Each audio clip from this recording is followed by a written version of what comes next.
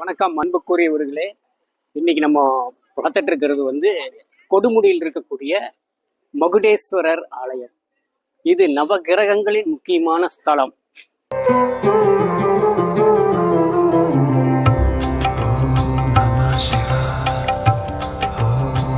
ஒருத்தர் ஆட்சி அதிகாரத்துக்கு வரணும்னா சூரியனுடைய பலம் முக்கியம்.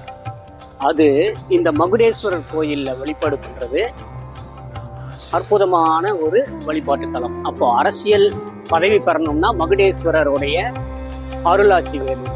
அதே மாதிரி சந்திரன் இங்க அம்பாள் வடிவுடை நாயகியா அருள் பழிச்சிட்டு இருக்கிற இடம். அதே மாதிரி இன்னொரு விஷயம் என்னன்னு பாத்தீங்கன்னா, செவ்வாய் முழுமையா இங்க ஆக்கிரமிக்கக்கூடிய இடமா இருக்கு.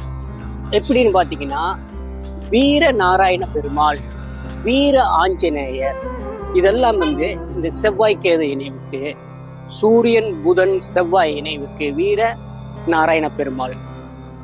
அதே மாதிரி செவ்வாய் கேது இணைவுக்கு வீர ஆஞ்சநேயர், வீர கணபதி.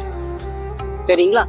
இதெல்லாமே செவ்வாயோடைய ஆதிக்கம் பெற்றிருக்கிற ஒரு கிரக இணைவுக்கு உண்டான கோவில். சனி பகவான் தனி சன்னதியா அருள் பதிச்சுட்டு இருக்காரு. மகாலட்சுமி சுக்கிரன் முழுமையான ஆட்சி பெற்ற நிலையில தனி சன்னதியா இங்க அம்மன் அருள் பாடிக்கிற. அப்படி அது மாதிரி 9 கிரகங்களுடைய ஆதிக்கமும் பரிபூர்ணமா நிறைஞ்சிருக்கு. காவேரி அன்னை மகுடேஸ்வரரை வழிபட்டுட்டு அங்க இருந்து நேரா ஈஸ்வரனை பாக்குற மாதிரி காவேரி கரையில சந்திர ரூபத்துல காவேரி தாய் இருக்கு. அப்படி சரிங்களா? ஆக மொத்தம் இந்த மகுடேஸ்வரர் கோவில், கொடுமுடியில் இருக்கக்கூடிய கோவில், நவகிரகங்களில் முக்கியமான ஸ்தலமா 9 நவகிரகத்துக்கும் ஒன்னா இருக்கக்கூடிய ஒரு ஸ்தலமாகவும் இருக்கு. பிரம்மாவுக்கு அதிதேவதையா இருக்கக்கூடிய அஸ்வினி நட்சத்திரத்துக்கும் சரி, குரு பகவானுக்கும் இங்க இருக்கக்கூடிய பிரம்மா 3000 வருடம் பழமையான வன்னி மரத்துக்கு அடியில அருள் படிச்சுட்டு இருக்கக்கூடிய இடமா இருக்கு. அதனால இது ஒரு முக்கியமான ஸ்தலம். எல்லாரும் வழிபட்டு புண்ணியம் பெற வாழ்த்துகிறேன்.